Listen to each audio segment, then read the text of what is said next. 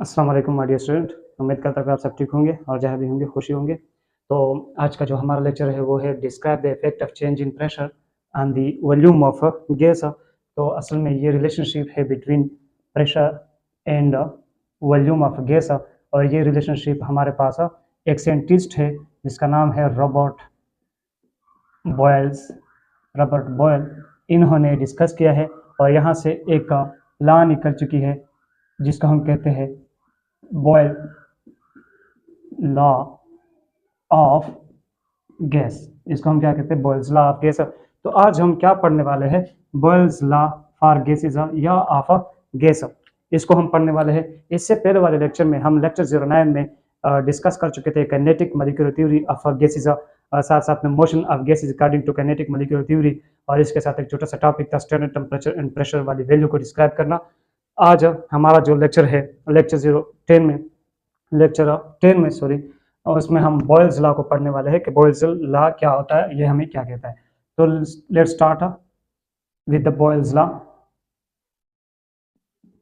Boyle's law क्या कहते हैं? स्टेटमेंट आपको पता है कि the volume of a given mass of a gas, volume यहाँ पर चलो लिख लेते, the volume of A given mass of a gas is inversely proportional to pressure at constant temperature।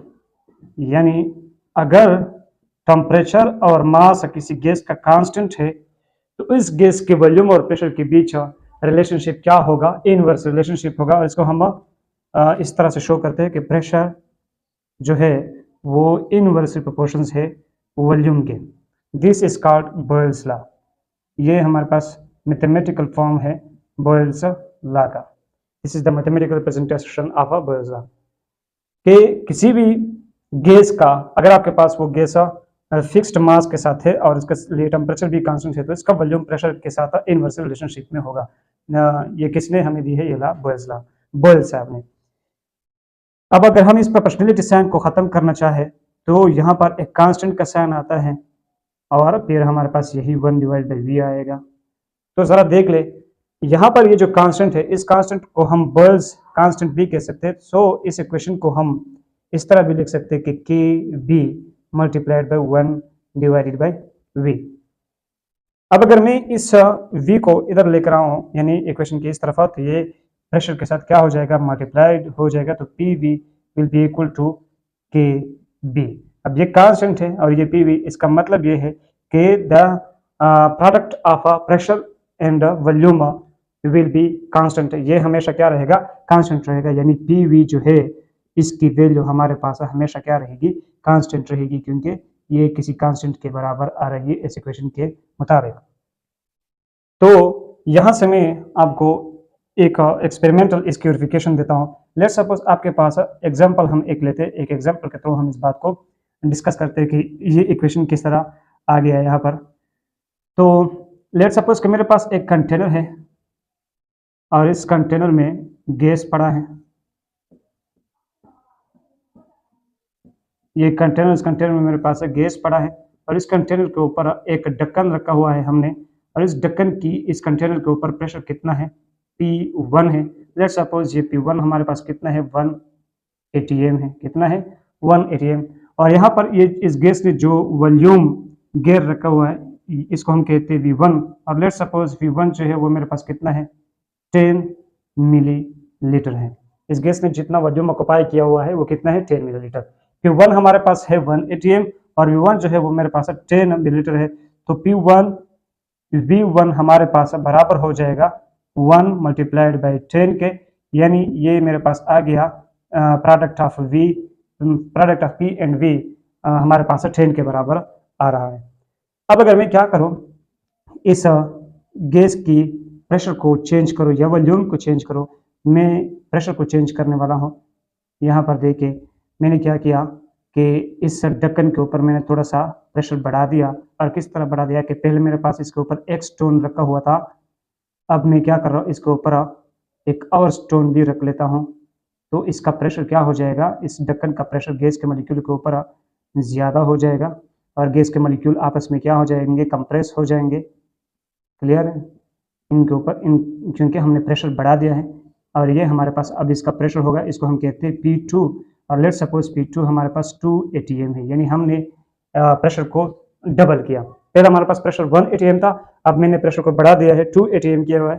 तो अब हमारे पास ये जो वॉल्यूम होगा, ये इसको हम कहते हैं V2, यानी फाइनल वॉल्यूम। फाइनल वॉल्यूम अगर मेरे पास ये 2 atm हो चुका है, तो वॉल्यूम हमारे पास कम हो चुका है। जरा देख ले, आप लोग देख सकते हैं प्रेशर के साथ हमारा वॉल्यूम कम हो चुका है। लेट्स सपोज मेरे पास वॉल्यूम जो है वो 5 मिलीलीटर रह चुका है, क्योंकि अगर 1 atm पर वॉल्यूम 10 मिलीलीटर है तो 2 atm पर वॉल्यूम कितना हो जाएगा, 5 मिलीलीटर। अब जरा देख ले P2 V2 जो है वो किसके बराबर हो जाएगा, 2 मल्टीप्लाइड बाई 5 के। तो हमारे पास आंसर फिर से कितना आ रहा है, 10 के। तो ये बात प्रूफ हो गई कि PV की जो प्रोडक्ट होती है वो हमेशा क्या रहती है, कांस्टेंट रहती है। तो हम यहाँ पर क्या लिख सकते हैं कि P1 V1 is equal to P2 V2 which will be equal to P3 V3 and which will be equal to P4 V4 and so on। तो यहाँ से हमें गैस लॉ का, बॉयल्स लॉ का इक्वेशन मिलता है। बॉयल्स लॉ इक्वेशन, इसको हम क्या कहते हैं, बॉयल्स लॉ इक्वेशन। इस इक्वेशन को हम मैथमेटिकल कैलकुलेशन में यूज करेंगे कि P1 V1 is equal to P2 V2, P2 V2, ये हम यूज करेंगे। इसके बाद अब हम आगे चलते हैं कि ये लॉ जो है, असल में ये लॉ जो है बॉयल्स ने जो लॉ निकाला है कि pressure is inversely proportional to volume, ये इन्होंने कहाँ से निकाला हुआ है वो हम देख लेते हैं।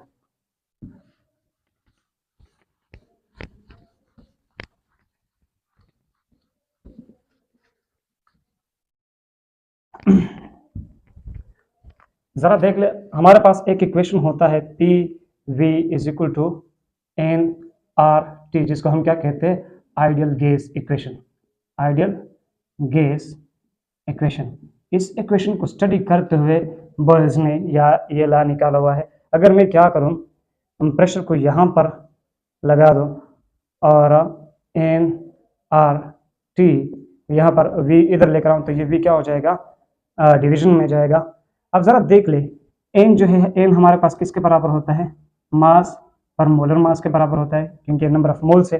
और आपको पता है कि बॉयल्स लॉ क्या कहता है, कांस्टेंट मास है, फिक्स्ड मास की बात करता है। तो मतलब हमारे पास मास क्या है, मास कांस्टेंट है। तो अगर मास कांस्टेंट है तो हमारे पास मोलर मास आपको पता ही है कि वो तो कांस्टेंट ही होता है।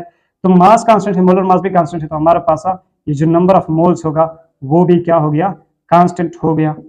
हमारे पास इस इक्वेशन में नंबर ऑफ मोल्स भी कांस्टेंट हो गया।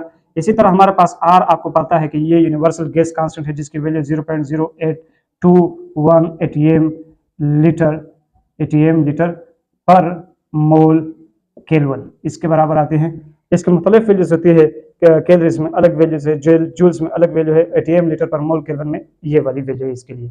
इसी तरह टेम्परेचर की भी बॉयल्स क्या कहता है कि एट कांस्टेंट टेम्परेचर के the volume of a given mass, यानी fixed mass, यानी constant mass of a gas at constant temperature is inversely proportional to pressure। तो यहाँ पर टेम्परेचर भी हमारे पास क्या होगा, कांस्टेंट होगा।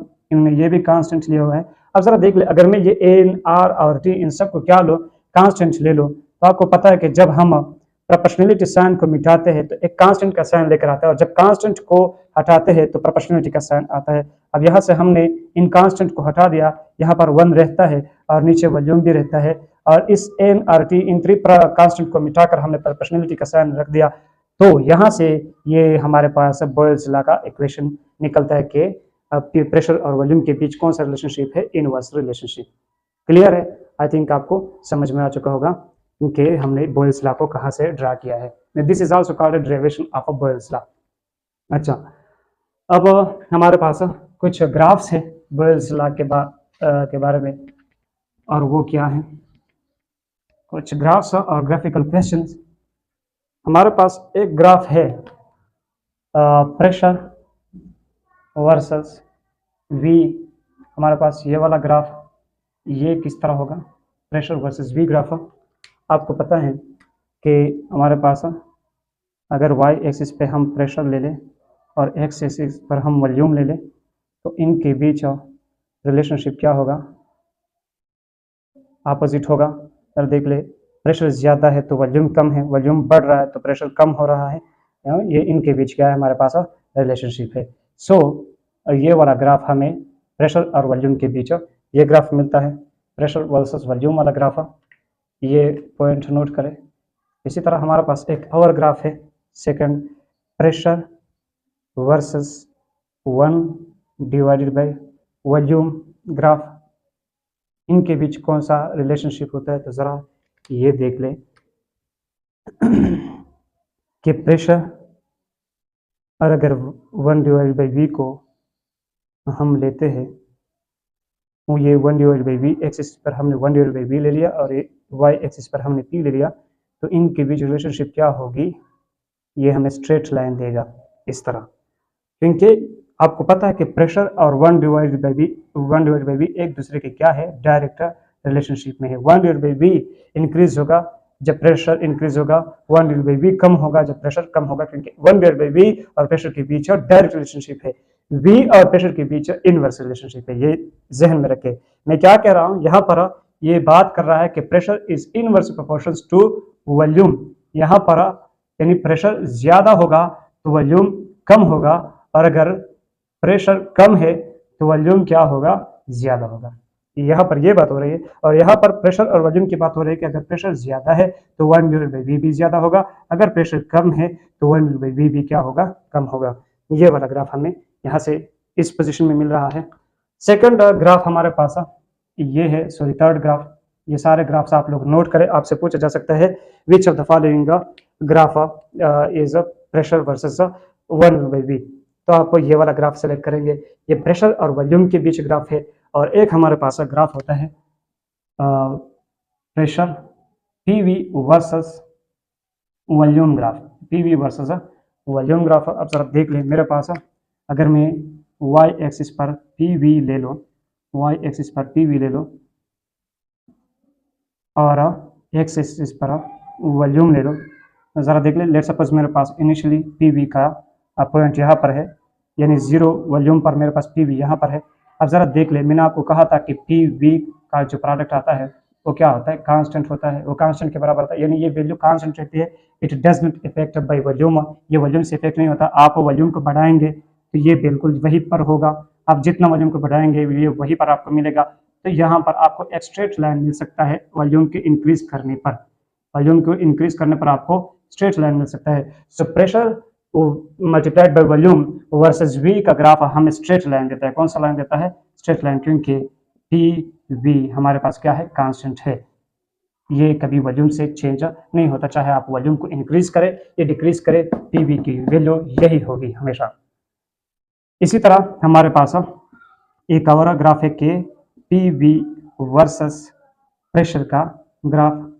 अगर हम प्रेशर को डिक्रीज या इंक्रीज करें तो पी वी के प्रोडक्ट पर क्या इफेक्ट होगा, तो बस यही वाला इफेक्ट होगा जो अभी पहले मैंने बता दिया कि पी वी हमारे पास एक कांस्टेंट टर्म है, पी वी जो है ये एक कांस्टेंट के बराबर है, और अगर इसके लिए हम प्रेशर को इंक्रीज करें डिक्रीज करें हमें स्ट्रेट लाइन ही मिलेगा, यानी ये कभी इनसे कम या ज़्यादा नहीं होगा। और ये भी मैंने मैथमेटिकली एक एग्जाम्पल के थ्रू आपको समझा दिया कि जब हम प्रेशर को इंक्रीज करते हैं तो वॉल्यूम डिक्रीज होता है, उतना हमारे पास वॉल्यूम डिक्रीज होता है, और जितना हम प्रेशर को डिक्रीज करते हैं उतना हमारे पास वॉल्यूम फिर इंक्रीज करता है।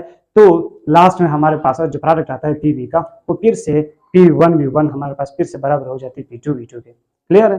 तो पी वी हमारे पास क्या है, कांस्टेंट है। यहाँ से हमें ये ग्राफ मिल रहा है। अब मैं आपसे एक क्वेश्चन पूछ लूँ, क्वेश्चन नंबर 1। क्वेश्चन नंबर 1, मेरे पास ये ग्राफ है, ये ग्राफिकल क्वेश्चंस है, आप लोगों ने नोट करना है बॉयज़ लॉ के मुताबिक।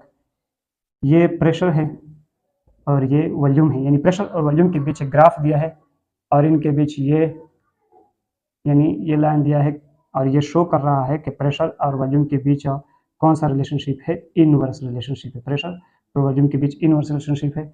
अब वो कहता है कि एक टेम्परेचर यहाँ पर है और एक टेम्परेचर यहाँ पर, इस टेम्परेचर को इन्होंने नाम दिया है एक्स और इस टेम्परेचर को इन्होंने नाम दिया है वाई।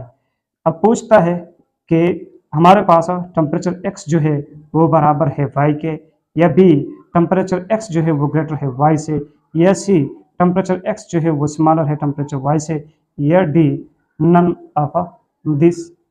तो आपने क्या कहना है कि यहाँ हमारे पास option A is the correct option, कि x और y का जो टेम्परेचर है वो क्या है, इक्वल है। क्यों, चाहे वो टेम्परेचर यहाँ पर है या यहाँ पर है, क्योंकि हमारे पास ये क्या है, एक बॉयल्स लॉ है।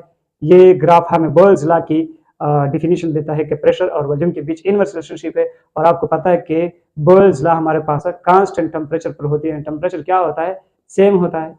टेम्परेचर क्या होता है, टेम्परेचर चेंज नहीं होता। तो चाहे टेम्परेचर यहाँ पर या जहीं पर भी आप लेंगे, टेम्परेचर क्या होगा, कांस्टेंट ही होगा, वो सेम होगा, क्योंकि ये लॉ क्या है, बॉयल्स लॉ है। और बॉयल्स लॉ हमारे पास कांस्टेंट टेम्परेचर पर होती है, टेम्परेचर चेंज नहीं होता। तो चाहे हमारे पास x हो या y हो, वो दोनों इक्वल टेम्परेचर है।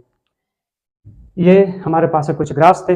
अब एक और ग्राफिकल क्वेश्चन में आपको थोड़ा सा, अच्छा उस ग्राफिकल क्वेश्चन पर जाने से पहले हम थोड़े सिंपल से क्वेश्चन सॉल्व करते हैं बॉयल्स लॉ के मुताबिक, ताकि आपकी बॉयल्स लॉ की कंसेप्ट थोड़ी स्ट्रांग हो जाए। फिर हम थोड़े से टफ टाइप वाले क्वेश्चन भी करेंगे। तो क्वेश्चन नंबर वन हमारे पास है कि we have a gas in a container of 500 cm cube at 1 atm pressure, at 1 atm pressure। हमारे पास 1 atm प्रेशर पर 500 cm क्यूब कंटेनर में गैस मौजूद है। If we increase pressure to 1.5 atm, calculate the final volume. फिर मुझे final volume के बारे में बता दें। तो हमारे पास V1 जो है वो कितना है, 500 cm क्यूब है, और P1 जो है वो कितना है, 1 atm है। P2 जो है वो कितना है, 1.5 atm है। और V2 हमने क्या करना है, कैलकुलेट करना है। तो आपको पता है कि P1 V1 is equal to P2 V2, this is Boyle's law equation. अब हमारे पास V2 को हमने कैलकुलेट करना है, तो यहाँ से हम V2 को कैलकुलेट कर सकते हैं कि P1 V1 divide by P2। तो P1 हमारे पास है 1 atm, वॉल्यूम है हमारे पास 500 मिलीलीटर, और P2 है हमारे पास 1.5। तो आप 500 को 1.5 से डिवाइड करेंगे और आपको एक वैल्यू मिल जाएगा, जिसको हम फिर कहेंगे, अच्छा इसके साथ ATM होगा, इसके साथ भी ATM होगा, तो ATM कैंसिल और इसके साथ CM क्यूब होगा। तो जो 500 डिवाइड बाई 1.5 से आंसर आएगा, लेट्स सपोज मैं इसको x कहता हूँ, तो इसके साथ फिर आपने क्या लिखना है, x CM क्यूब हमारे पास फाइनल वॉल्यूम आ जाएगा। This is question number 1। अब थोड़ा सा आगे क्वेश्चन को थोड़ा एक्सटेंड करते हैं, यानी थोड़ा सा हम क्वेश्चन की लेवल को बढ़ाते हैं। ये वाले क्वेश्चन आपके बुक्स में मौजूद है, आप देख सकते हैं 9 के बुक्स में भी मौजूद है, फर्स्ट ईयर के बुक्स में भी मौजूद है गैस के चैप्टर में। तो ये आसान से क्वेश्चन आप खुद कर सकते हैं। हम एक और क्वेश्चन को आगे लेकर आते हैं। Question number 2, we have 2 containers, हमारे पास 2 कंटेनर्स है, each one having a volume of 10 millilitre. मेरे पास 2 कंटेनर्स है, जिसमें से हर एक का कंटेनर का वॉल्यूम कितना है, 10 मिलीलीटर है। One of this 2 containers, in 2 container में से एक कंटेनर जो है is filled with gas, gas से हमने क्या किया हुआ है, फिल अप किया हुआ है एट 2 atm प्रेशर। इन दोनों में से एक गैस को हमने गैस से भर दिया है और इस गैस कंटेनर का जो प्रेशर है यानी उस गैस का प्रेशर जो है वो 10 atm है। These two containers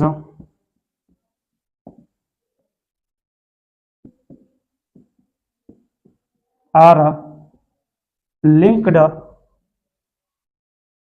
through a pipe। इन दो कंटेनर को हमने एक पाइप के जरिए क्या किया हुआ है, कनेक्ट किया हुआ है। We have blocked the flow of gas, between these two containers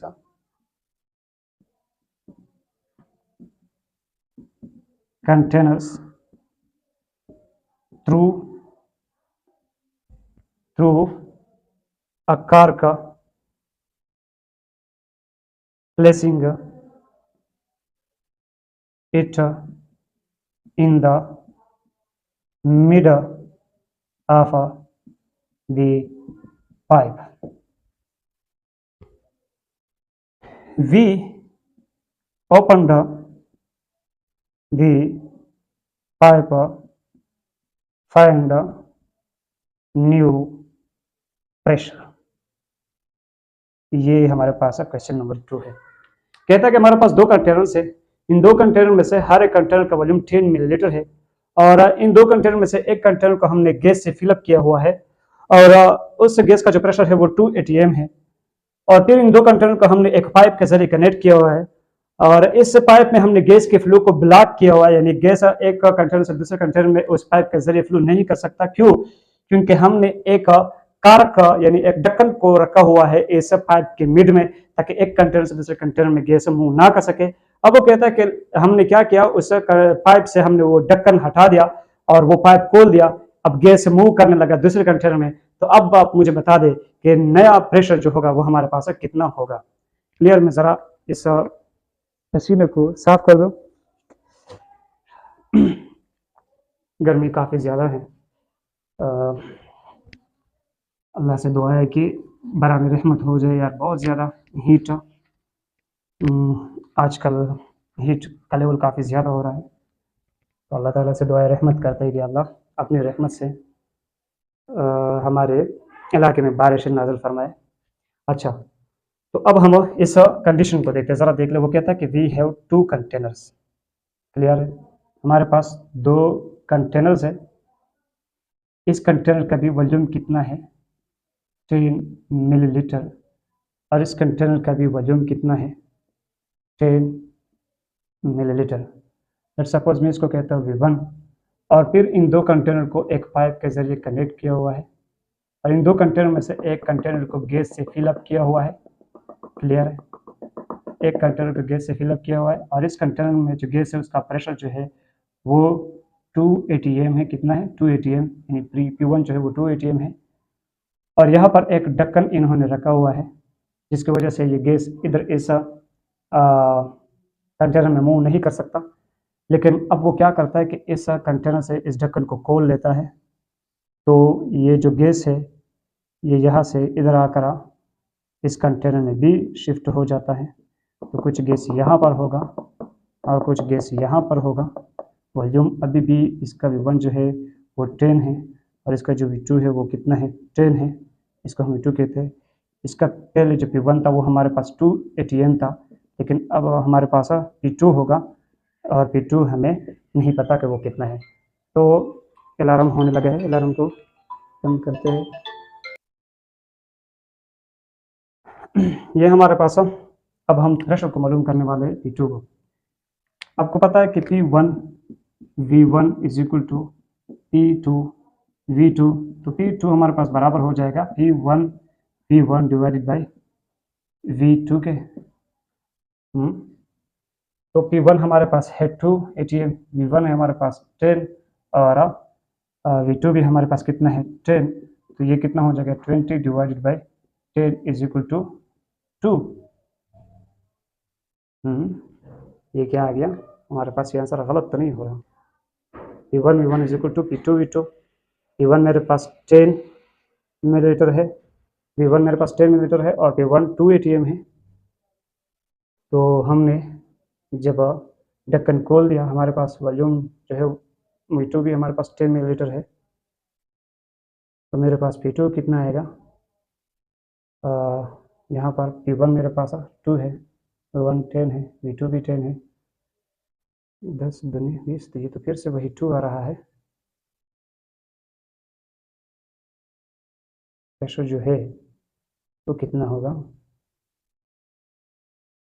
यहाँ पर आप लोग ज़रा देख लें।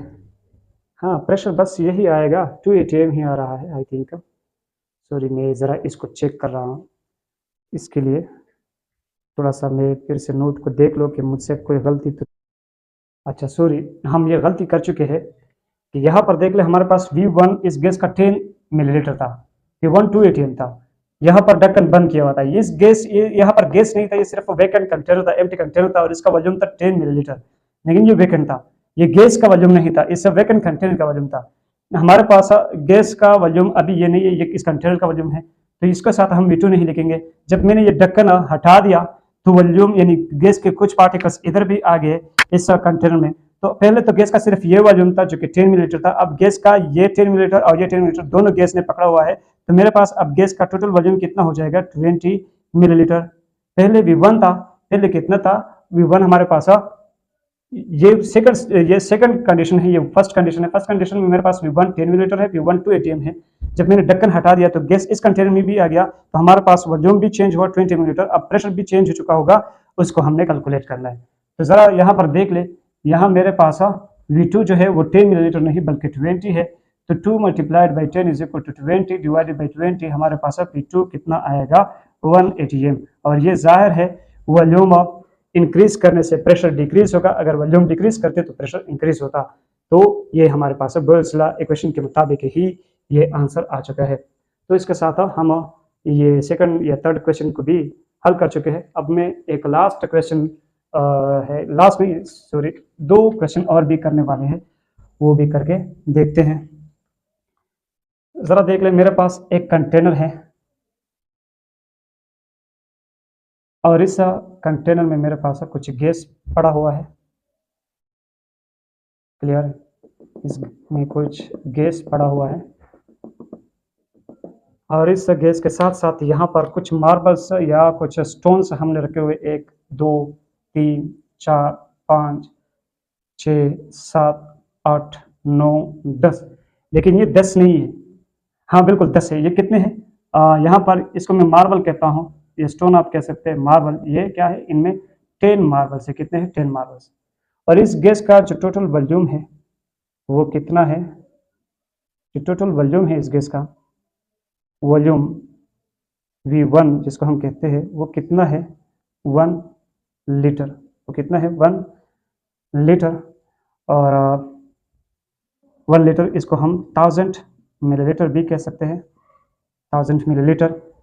और इसका जो प्रेशर है P1 वो कितना है, 10 ATM। कितना है, 10 ATM। इसका जो प्रेशर है P1 वो 10 ATM है। अब मैंने क्या किया है, इस कंटेनर के लिए प्रेशर को इंक्रीज किया है, लेकिन कितना इंक्रीज किया है, पहले मैं इस कंटेनर को बना दो फिर आपको कहता हूँ। इस कंटेनर के लिए मैंने प्रेशर को इंक्रीज किया, तो यहाँ पर ये ढक्कन थोड़ा नीचे आ जाएगा। मैंने प्रेशर को इंक्रीज किया तो ढक्कन नीचे आ गया, क्योंकि मैंने कुछ पत्थर या स्टोन रखे गए होंगे उसके ऊपर, तो ढक्कन नीचे आया। अब यहाँ पर मेरे पास जो गैस था वो कंप्रेस हुआ, लेकिन वो मार्बल अभी भी यहाँ पर है, वो मार्बल यहाँ अभी भी है। और वो कितने हैं, वही 10 मार्बल्स, 1 2 3 4 5 6 7 8 9 10 मार्बल्स अभी भी यहाँ पर है। कितने, 10 मार्बल्स। लेकिन प्रेशर जब मैंने इंक्रीज किया तो यहाँ पर ये जो वॉल्यूम है ये वॉल्यूम डिक्रीज हुआ, हमारे पास जो V2 है वो 625 मिलीलीटर तक आ गया। और प्रेशर को हमने इंक्रीज किया, कितना इंक्रीज किया था, 100% इंक्रीज किया। 100% इंक्रीज करने का मतलब यह है कि मेरे पास अगर 10 ATM इनिशियल प्रेशर था और इसको हमने 100% इंक्रीज किया तो हमारे पास P2 कितना हो जाएगा, 20 ATM। 100% मतलब ये 10 को आप 100% इंक्रीज करेंगे तो 20 आ जाएगा, मतलब हमारे पास P2 जो है वो कितना है 20 ATM। अब वो कहता है कि calculate calculate the volume of A marble. एक मार्बल की वॉल्यूम को आप क्या करें, कैलकुलेट करें। और आपको ऑप्शन दी गई है 25 millilitre, B 30 millilitre, C 40 and D 35 millilitre. ये इनमें से कौन सा ऑप्शन सही आता है, तो ज़रा देख ले। मैं इस क्वेश्चन को फिर से दोहराता हूँ। यहाँ मेरे पास एक कंटेनर था, उसमें 10 मार्बल्स थे और ये कंटेनर गैस से भरा पड़ा था। इसका प्रेशर जो था वो 10 ATM था, वॉल्यूम जो था वो 1 लीटर था या 1000 मिलीलीटर था। फिर इसका प्रेशर हमने 100% इंक्रीज किया, यानी P2 हमारे पास 20 ATM, यानी हमने प्रेशर को 20 ATM कर दिया। प्रेशर को बढ़ाया तो वॉल्यूम कम हुआ, कितना कम हो चुका है, 625 मिलीलीटर तक आ चुका है। अभी भी इसमें मार्बल है। अब वो कहता है कि मार्बल की वॉल्यूम को आप क्या करें, कैलकुलेट करके एक एक मार्बल ने कितना वॉल्यूम ऑक्युपाई किया हुआ है। तो मैं इसको मिटाने वाला हूँ, आप लोग इसको नोट करें। अब हम इसको हल करने वाले हैं कि इसका आंसर हमारे पास क्या आता है। ज़रा देख ले, मेरे पास जो फार्मूला है वो ये है कि P1V1 is equal to P2V2। अच्छा, हमारे पास हम कहते हैं कि लेट सपोज जो हमारे पास वॉल्यूम ऑफ मार्बल है, वॉल्यूम ऑफ एक मार्बल का वॉल्यूम जो है वो V है। लेट सपोज इसका वॉल्यूम V है, तो 10 मार्बल का वॉल्यूम कितना हो जाएगा, 10 मार्बल का वॉल्यूम 10V हो जाएगा। क्लियर है। अभी हमने एक मार्बल कहा फिक्स वॉल्यूम, ये तो हमने सिर्फ सपोज किया कि इसका वॉल्यूम V है, और V अभी हमने मालूम नहीं किया कि V कितना है। V is the volume of one marble, volume of A marble. एक मार्बल का वॉल्यूम V है, 10 मार्बल का वॉल्यूम और 10V हो जाएगा। अब हम इस 10V को इस फॉर्मूले में यूज करेंगे। आपको पता है P1 जो है वो हमारे पास 10 ATM है। कितना है, 10 ATM। और वॉल्यूम जो है, इनिशियल वॉल्यूम हमारे पास कितना था, एक कंटेनर में मेरे पास 1000 मिलीलीटर, तो उससे पूरे गैस का वॉल्यूम था, लेकिन इसमें 10 मार्बल थे और 10 मार्बल का वॉल्यूम कितना है 10V। तो हम इस गैस से 10 मार्बल का वॉल्यूम कैलकुलेट माइनस करेंगे। मेरे पास 1000 मिलीलीटर तो इनिशियल वॉल्यूम था गैस का, लेकिन उसमें 10 मार्बल पड़े हुए थे, तो हम उस 10 मार्बल का वॉल्यूम को यहाँ से माइनस करेंगे। फिर हमारे पास ये बराबर हो जाती है P2V2 के। P2 हमारे पास है 20 ATM के बराबर है, और फिर इनके बीच मल्टीप्लिकेशन है। अच्छा, इनिशियल वॉल्यूम कितना हो जाएगा, V2 हमारे पास 625 मिलीलीटर है, और यहाँ से माइनस करें 625 से माइनस करें 10 मार्बल का वॉल्यूम, तो ये आ गया। अब जरा देख ले, 10 ATM यानी 10 एकम 10 और 10 दूनी 20, ये इस तरह कैंसिल हो जाएंगे, तो ATM तो खत्म हुआ। यहाँ पर 2 ATM रहते हैं, यहाँ पर ATM कैंसिल, यहाँ पर ये दो रहता है और ये खत्म हो गया, तो मेरे पास क्या बच जाता है, 1000 मिलीलीटर माइनस 10V बराबर हो जाएगी 2 मल्टीप्लाइड बाई 625 से क्या आएगा 1250 आएगा, और माइनस का निशान, और 2 मल्टीप्लाइड बाई 10 से क्या आ जाएगा 20V आ जाएगा। फिर मैं क्या करता हूँ कि 1000 millilitre minus 10V plus 20V, volume के इधर ले आया, इज इक्वल टू 1250। यहाँ पर हमने मिलीलीटर का यूनिट यानी छोड़ दिया है, यहाँ पर हमने मिलीलीटर का यूनिट नहीं लगाया, तो आप लोग लगा दें। अच्छा, हम इसको इस तरफ में लेकर आते हैं, इसको मिटाते हैं।